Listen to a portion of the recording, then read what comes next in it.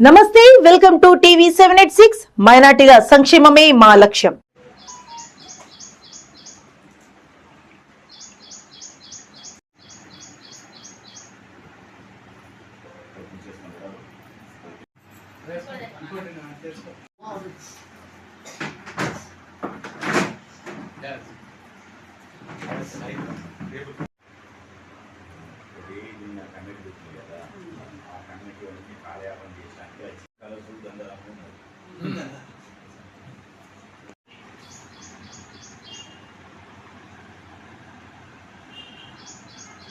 చెప్పండి. తెలంగాణ రాష్ట్రం కోసం కాంగ్రెస్ పార్టీ అధికారంలోకి రావడానికి ఉద్యోగకాలకు లేనిపోని ఆశలు చూపించి ప్రతి ఉద్యోగకానికి 250 గజాల ఇంటి స్థలం ఇస్తామని, ప్రతి నెల 25,000 రూపాయల పెన్షన్ ఇస్తామని పేర్కొనడం వల్లే అనేక మంది ఉద్యోగకారులు కాంగ్రెస్ పార్టీ వైపు మొగ్గు చూపినని కూడా ఈ సందర్భంగా తెలియజేస్తున్నా. అధికారంలో వచ్చిన తర్వాత ఉద్యోగకారుల ఇంతవరకు ప్రస్తావించలేదు.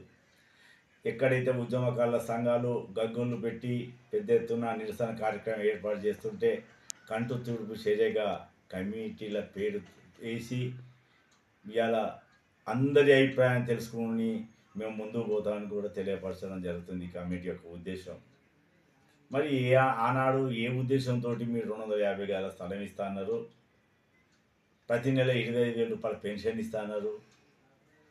మరి అప్పుడే కదా ఆలోచన ఉండాలి. మీరు మేనిఫెస్టోలో పెట్టేటప్పుడు ఇవన్నీ ఉండాలి.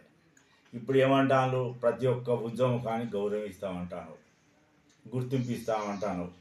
మీ యొక్క ఉద్దేశం మాకు అర్థమైంది. ఇప్పుడు ఇలా 250 గజాల ఇంటి స్థలం ఎగ్గొట్టడానికి ప్రతి నెల 25,000 రూపాయల పెన్షన్ ఇవ్వబడదు అనే ఉద్దేశంతో ప్రతి ఒక్కరిని గౌరవిస్తాం, గుర్తిస్తామంటాను. కేవలం పెద్ద సమావేశం ఏర్పాటు చేసి ఒక షారో కప్పి ఒక ప్రశంస పత్రం ఇచ్చి పంపాలనే ఆలోచనతో ఉన్నారని కూడా మేము భావిస్తున్నాం. ఇవాళ అనేకం తెలంగాణ రాష్ట్రం కోసం తమ కుటుంబ సభ్యులను మర్చిపోయి ఆర్థిక వనరులు కొల్లగొట్టుకొని తెలంగాణ రాష్ట్రం కోసం ఉద్యమించిన ఉద్యమకారుల భవిష్యత్తు నేడు చిన్న భిన్నమైంది అని కూడా ఈ సందర్భంగా తెలియజేస్తున్నా. మీరు లేనిపోని ఆశలు పెట్టిళ్ళు.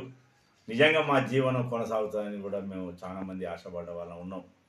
మరి 250 గజాలు ఇవ్వకుండా, 25,000 రూపాయలు పెన్షన్ ఇవ్వకుండా మేము కవులతోటి, రచయిలతోటి, వాళ్ళతోటి, వీళ్ళతోటి మంతనాలు జరిపి ఏం మంతనాలు జరుగుతుందా?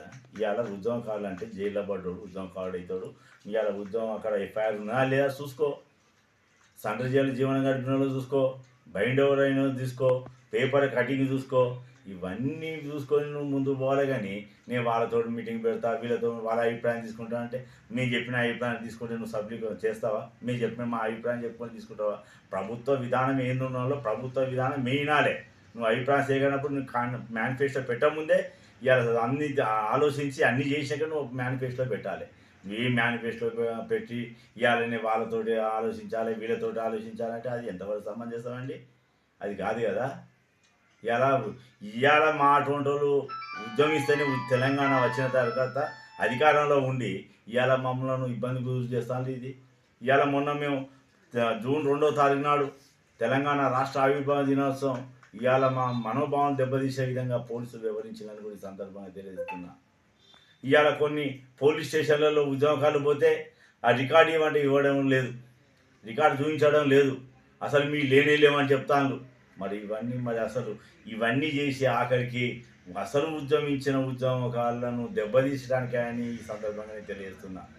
కానీ ప్రభుత్వం రేవంత్ రెడ్డి గారైనా కానీ జిల్లాకు సంబంధించిన మంత్రివర్యులైనా కానీ ఇలా పోలీస్ శాఖ తెలియపరిచి ఆనాడు ఉద్యమించిన ఉద్యమకారుల వివరాలన్నీ బహిర్గతం చేయాలని కూడా ఈ సందర్భంగా తెలియజేస్తున్నా.